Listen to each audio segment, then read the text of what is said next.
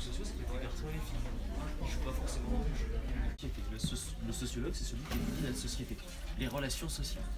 Et les relations. Ben moi, je parle de ma recherche sur l'Ukraine, sur la situation en Ukraine aujourd'hui, 25 ans après la fin de l'Union soviétique, comment les gens vivent dans une situation de crise, puisqu'il y a la guerre actuellement en Ukraine, et puis dans une situation qui a complètement changé depuis 25 ans au niveau institutionnel et économique. Il y a cette histoire. Mais dans un pays en guerre, il y a souvent des crises. Et c'est une crise.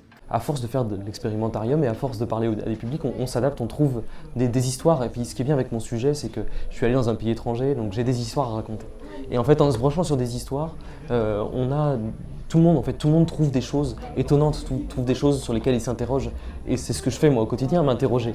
Du coup, en partant des questions des personnes, je peux très bien enchaîner avec les hypothèses que j'ai eues, que j'ai développées, les réponses éventuellement, en adaptant le vocabulaire. Hein, mais finalement, la sociologie est pour ça assez facile à vulgariser, puisque ça a des questions qui touchent tout le monde, à chacun à son niveau, quoi. Certaines remarques très pertinentes, très justes, qui sont des éléments d'analyse que moi j'ai mis en place par ailleurs, mais avec tout un travail, une élaboration, mais qui viennent assez spontanément aux personnes, ça c'est sûr.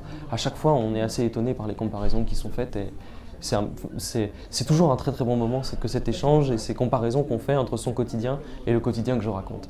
Alors, je me suis intéressé à l'Ukraine et en plus, il faut savoir, enfin, je sais pas, est-ce que vous avez entendu parler de l'Ukraine? Non? En 2016. Moi c'est comme ça aussi, ça m'a remis un peu le pied à l'étrier à un moment où j'étais en difficulté moi dans ma thèse, puisque j'avais le sentiment d'avoir rien à dire. Et en fait, à partir du moment où on discute avec les gens, en fait, on se rend compte qu'on a des choses à dire, qu'on a des choses à apporter. Et on se rend compte sur quel point on a à apporter des choses.